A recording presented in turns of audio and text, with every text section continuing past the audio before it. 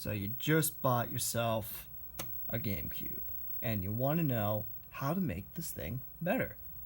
Well, there are a few things you can pick up to really make this thing better than it already is.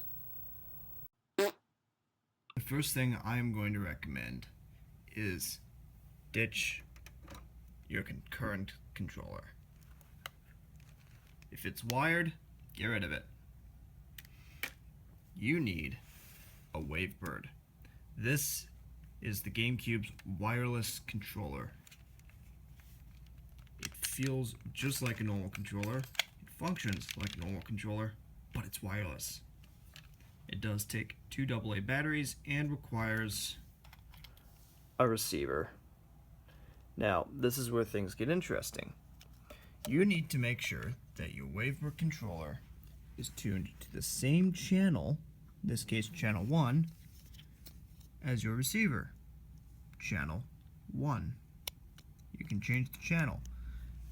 So if you have multiple Wavebirds, they all have to be on different channels. Great way to mess with people. Setup is easy. Make sure they're on the same channel, put the batteries in, plug the receiver into the controller port, and turn it on. That easy.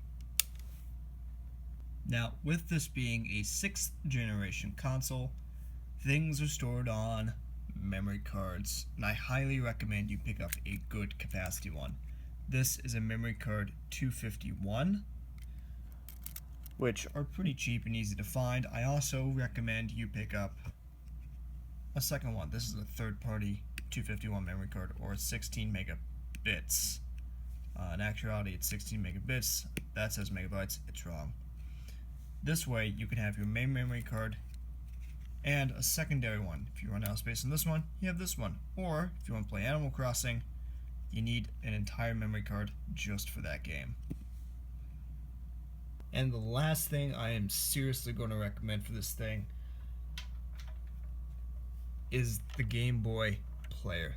This thing is amazing. This lets you play your Game Boy and Game Boy Advance games on your GameCube. It even has a link port. Multiplayer works. Installation of the Game Boy player is easy, but a little more involved than what some people may think. Flip the GameCube upside down. Make sure you don't have a disc in there. And take off this cover, the one that says high speed port. You'll see there is a connector in there. Now, take your Game Boy player and flip it upside down. Line the notch up on the side and click it into place.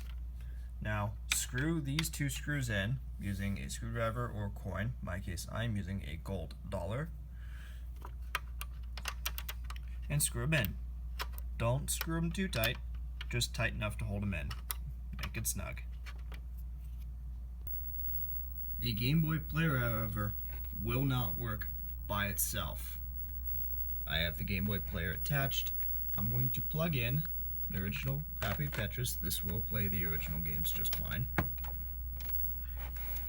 And I'm going to turn it on.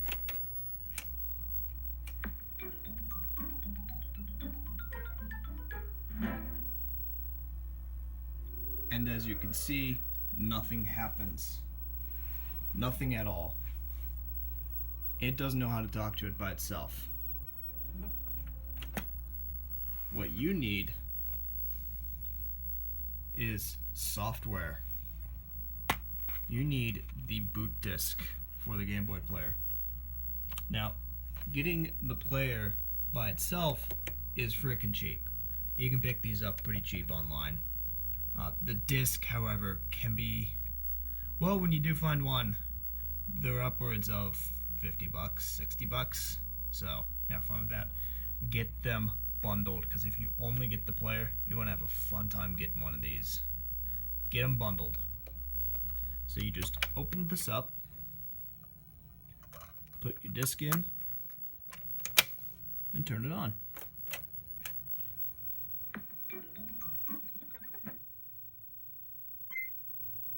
And you can play your original Game Boy games.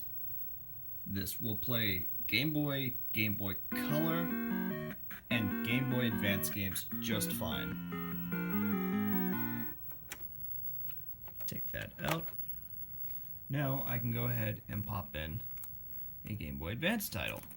For instance, Pokemon Emerald. This goes in, label facing down.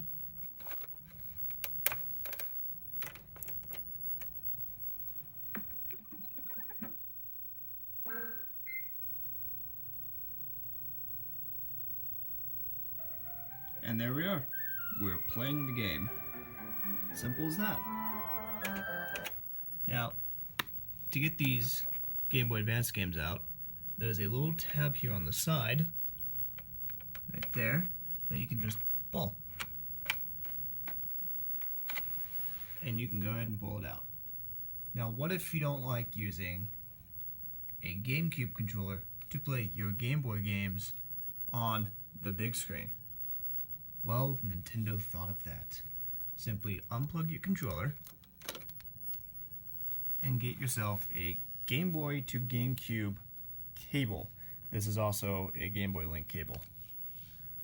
Grab the GameCube connector on it, plug it into controller port 1. Now grab your Game Boy Advance and plug it in to the connector, if you have it the right side up. Make sure, if you have one of these cheap Mad Catz ones, it's set to GameCube. Go ahead and turn on your Game Boy. Make sure you do not have a game in it. You see there's no Nintendo logo? Now I'm going to go ahead and turn on the GameCube and watch the Game Boy. Nintendo logo's flashing.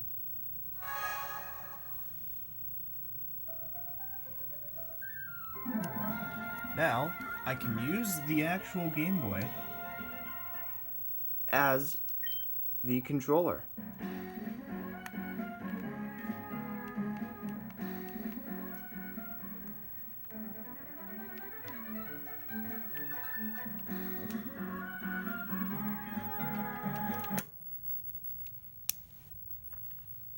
So you can play your Game Boy games using a Game Boy on the big screen. You just need this giant box.